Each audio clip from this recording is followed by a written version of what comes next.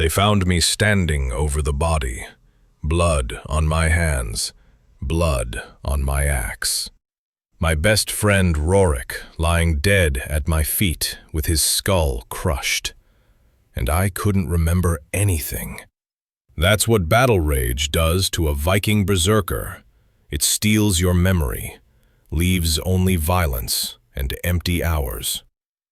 So when they accused me of murdering my brother in a fit of uncontrolled fury, I had no defense, no alibi, no proof I was innocent. Just the terrified faces of warriors who'd seen me fight, who knew what berserker rage could do, who believed I'd finally lost control and killed someone I loved. If you've ever been blamed for something you can't remember doing, hit that subscribe button. This story proves memory isn't always truth. My name is Ulfric, berserker warrior in Jarl Erikson's warband, 26 winters old.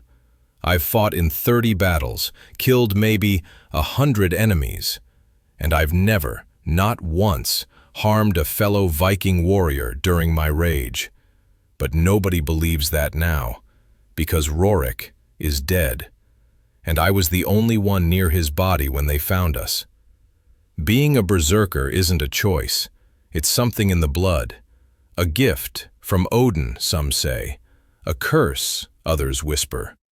When battle starts, something takes over. The world goes red, pain disappears, fear vanishes. All that remains is pure violence. I've walked through Saxon shield walls, taken arrows to the chest and kept fighting, broken bones and felt nothing until the rage faded. But here's what people don't understand about berserker fury. It has rules, deep instincts that survive even when consciousness doesn't. We don't attack our own, never. Even in the deepest rage, some part of the warrior brain knows friend from enemy, recognizes our brothers. In 30 battles, I've never struck a Viking ally, not once. Until yesterday, or so they claim. The feast had lasted until midnight. Victory celebration after our raid on the Saxon monastery. We'd taken gold, silver, and captives. Good plunder. The mead flowed freely. Warriors sang and boasted. Rorik sat beside me, laughing at some joke I can't remember now. He was my closest friend. We'd trained together as boys, shared our first battle, saved each other's lives a dozen times. "You fought like a demon today," Rorik said, clapping my shoulder. His eyes were bright with drink and pride. "I saw you take down 5 Saxons in the monastery courtyard. Didn't even slow down when that arrow hit your leg." I touched my thigh, a bandaged wound I'd forgotten about. The rage takes the pain. You know that. "Still impressive, brother." He raised his drinking horn. "To Ulfric, the fiercest berserker in the north." We drank, talked. Eventually, the exhaustion hit me. Battle always left me drained once the adrenaline faded. "I need sleep," I told Rorik. "This body isn't as young as it used to be." "Go. I'll stay for one more song," he grinned.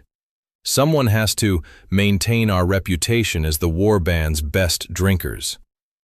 I walked back to my tent, crawled into my furs. Sleep came instantly, heavy and dark like falling into a deep well. I woke to shouting, harsh voices, hands grabbing me, dragging me from the tent into cold dawn air. My head pounded, my mouth tasted like ash and old mead. I blinked against the light, trying to focus. "Ulfric!" Jarl Erikson's voice, angry, shocked. "What have you done?" They hauled me to my feet, pushed me forward, and I saw him, Rorik, lying in the grass between the tents. His face was wrong, caved in on one side. Blood pooled around his head, soaking into the ground. His eyes stared at nothing. Dead. My best friend was dead. No, I whispered. My legs went weak. Warriors held me upright. No. What happened? Who did this? You did. Thorvald stepped forward. He was another warrior in our band. Never liked me much. Never liked Rorik either. I saw you last night. You came out of your tent in a rage, grabbed your axe. Rorik tried to calm you down. You hit him. Kept hitting him, even after he stopped moving. I looked at my hands. Dried blood crusted under my fingernails. Blood I didn't remember spilling. I looked at my axe, lying on the ground near Rorik's body. More blood on the blade. I don't remember, I said. I went to sleep. I don't remember coming back out. I don't remember any rage. Berserker fury steals memory, another warrior said quietly. Everyone knows that. You probably don't remember killing him. Doesn't mean you didn't do it. I didn't kill him. My voice sounded hollow even to my own ears. I wouldn't. Not Rorik. He's my brother. Was your brother. Jarl Erikson's face was stone. And the evidence is clear. Your blood-covered hands, your axe, Thorvald's testimony. You were found standing over the body at dawn. I woke up in my tent. I don't know how I got here. But even as I said it, doubt crept in. Berserker rage stole time, created blank spaces in memory. What if they were right? What if I had lost control? What if some deep part of me had... No. I pushed the thought away. I knew myself, knew my limits. The rage had rules. It didn't break them. Chain him, Erikson ordered, until we hold the Thing assembly. Let the warriors decide his fate. Would you believe your own memory over physical evidence? Tell me in the comments what you'd trust. They locked iron shackles around my wrists, heavy, cold. The metal bit into skin as they dragged me toward the holding pen. I looked back at Rorik's body. His wife had arrived. She collapsed beside him, her wails cutting through the morning air like a blade. Their daughter, barely 5 winters old, stood nearby, not understanding, just knowing her father wouldn't wake up. I had promised Rorik I'd protect his family if anything happened. Now, I was accused of making his daughter an orphan. In the holding pen, I sat in the dirt, my head pounded. Fragments of last night tried to surface, drinking with Rorik, walking to my tent, falling asleep. Then, nothing. A complete blank until warriors were shaking me awake. But Berserker rage didn't work like that. It wasn't quiet. When the fury took me in battle, I roared, screamed, made noise that could be heard across entire battlefields. If I'd gone into rage last night, the whole camp would have heard it. Ulfric, a quiet voice. I looked up. It was Astrid, the camp's healer, an older woman who'd treated my wounds after countless battles. She knelt outside the wooden bars. I need to ask you something. I didn't kill him, I said immediately. I know. She glanced around, making sure no one was listening. I've seen you in Berserker state dozens of times. You don't go silent. You howl like a wolf. The whole camp would have woken if you'd truly raged last night. Hope flickered. Then you'll testify. Tell them it's impossible? I can testify about Berserker behavior, but there's more. Astrid pulled something from her pouch, a small knife. The blade was crusted with dried blood. I found this near Rorik's tent, hidden in the grass. Someone tried to bury it. I stared at the knife. That's not my weapon. I use axes. Everyone knows that. Exactly. And look at Rorik's wounds. She lowered her voice even more.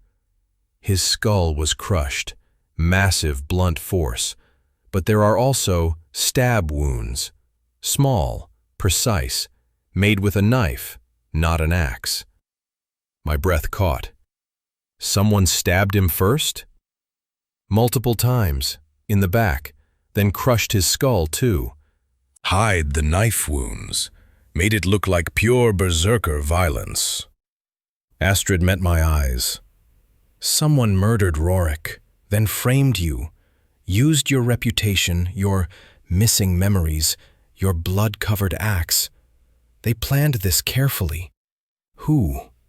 But even as I asked, suspicion formed. Thorvald. He was the only witness. He's the one who claimed he saw me in rage. Thorvald hated Rorik. Everyone knows that. They fought over a woman 3 years ago. Thorvald never forgave him. Astrid stood. I'll examine the body more carefully, find proof of the knife wounds, but, Ulfric, you need to remember something. Anything from last night, after you went to sleep. She left. I sat in the dirt, forcing my mind back, trying to remember. I'd gone to my tent, fallen asleep in my furs. The exhaustion had been total, deep, the kind of sleep that comes after battle. Too deep, unnaturally deep. And then I remembered. That last drink with Rorik, the horn he'd handed me. The mead had tasted off, slightly bitter. I'd been too tired to care, just drained it and stumbled to bed. Someone had drugged me, put something in my drink to make me sleep, heavily. So heavily I wouldn't wake when they killed Rorik. Wouldn't wake when they put my axe near the body. Wouldn't wake when they smeared blood on my hands. Thorvald. It had to be. He'd been at the feast, had access to the mead, could have slipped something into my horn when I wasn't looking. But proving it? That was the challenge. The Thing Assembly gathered at noon. 300 Viking warriors formed the judgment circle. I knelt in chains at the center. Rorik's body lay on a funeral pyre nearby, waiting for justice before burning. His wife wouldn't look at me. His daughter clutched her mother's skirt, staring with confused, angry eyes. Jarl Erikson addressed the assembly. Ulfric the Berserker stands, accused of murdering his shield brother Rorik during uncontrolled rage. What evidence supports this? Thorvald stepped forward. His face showed perfect grief, perfect anger. I witnessed it, Jarl. I couldn't sleep last night, so I was walking through camp. I heard shouting, saw Ulfric come from his tent holding his battle axe. His eyes were wild, berserker fury. Rorik tried to calm him, but Ulfric swung, hit him once, twice, kept hitting even after Rorik fell. Why didn't you intervene? Someone asked. I tried, but berserker rage is unstoppable. I called for help, but by the time others arrived, Rorik was dead. Ulfric just stood there, staring, like he didn't recognize what he'd done. The assembly murmured. The story fit. Berserkers were feared for good reason. Everyone had heard tales of warriors who lost control. What defense do you offer? Erikson asked me. I didn't kill him. My voice was steady despite the fear. I have no memory of leaving my tent, no memory of any rage, and berserker fury isn't silent. If I'd truly raged, the entire camp would have heard me. Convenient that you don't remember, Thorvald said. That's what berserker fury does. Steals memory. You're condemning yourself with your own words. Then explain this, Astrid stepped forward, holding the small knife. "I found this hidden near Rorik's tent, and when I examined the body, carefully, I found multiple stab wounds in his back, made with a blade like this, not an axe." The assembly went silent. Thorvald's confident expression flickered. "Someone stabbed Rorik first," Astrid continued, "then crushed his skull to hide the knife wounds. Made it look like Berserker violence, but the evidence doesn't match. An axe makes one type of wound. This shows two different weapons." Would you trust a healer's evidence over an eyewitness account? Comment your thoughts below. Erikson examined the knife. "Whose weapon is this?" "I don't recognize it," I said. "I've never used knives in combat, only axes." "Could be anyone's." Thorvald's voice held an edge of desperation now. "Doesn't prove Ulfric's innocent. Maybe he stabbed Rorik first, then used the axe. Berserker rage makes you use any weapon available." "But why would Ulfric hide the knife?" Astrid challenged. "If he was in mindless rage, he wouldn't think to conceal evidence. He'd drop both weapons and stand there, which is exactly what someone framing him would expect." Then another voice spoke up, young, nervous. "I saw something." A boy pushed through the crowd, maybe 12 winters old, a thrall's son, who did odd jobs around camp. "I was checking the horses last night, couldn't sleep. I saw Thorvald go to Ulfric's tent around midnight. He poured something into a drinking horn near the entrance, then left quickly." Every eye turned to Thorvald. His face went pale. "That's a lie!" Thorvald shouted. "The boy's mistaken. It was dark." "The moon was full," the boy insisted. "I saw you clearly. You kept looking around, making sure no one watched. Then you smiled, like you'd done something clever." "This is ridiculous." But Thorvald's voice shook now. "The child is confused, protecting Ulfric because berserkers are impressive to young boys." "Search his belongings," I said quietly. "If he drugged me, he'd need the substance, something to make me sleep deeply. So deeply, I wouldn't wake during a murder happening outside my tent." Erikson nodded to the guards. They ran to Thorvald's tent, returned, minutes later, holding a small clay vial. "Found this hidden in his weapon chest, sleeping draft, the kind healers use before surgery." Thorvald's confident mask shattered completely. "That's not mine!" Thorvald's voice rose to a shout. "Someone planted it. This is a conspiracy against me." "Like you planted evidence against Ulfric?" Astrid held up the vial. "This sleeping draft. I make these. I recognize my own work. I gave one to you 3 weeks ago when you complained of battle nightmares, said you couldn't sleep. But you didn't use it for sleep, did you?" Thorvald's face twisted with rage and fear. "You're all fools, believing a healer and a thrall child over a proven warrior? I've fought beside you for 10 years. "So had Rorik," I said quietly. "And you killed him anyway." "I didn't." Thorvald stopped, swallowed hard.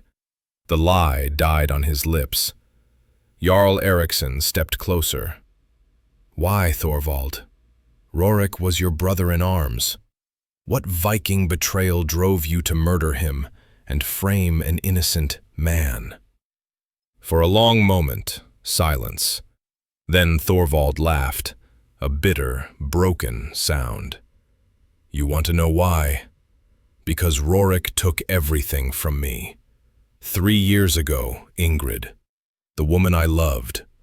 I was going to marry her.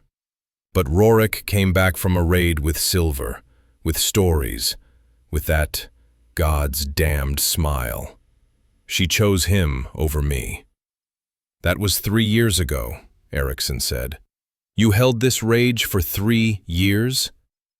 I watched him every day, watched him with my woman, watched him raise a daughter that should have been mine, watched him happy while I had nothing. Thorvald's hands clenched into fists.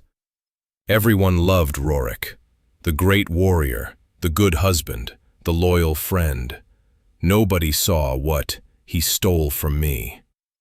Ingrid made her choice, I said. That's not theft, that's life. Easy for you to say. You have your Berserker glory, your reputation, your fame. Thorvald spat on the ground. I have nothing.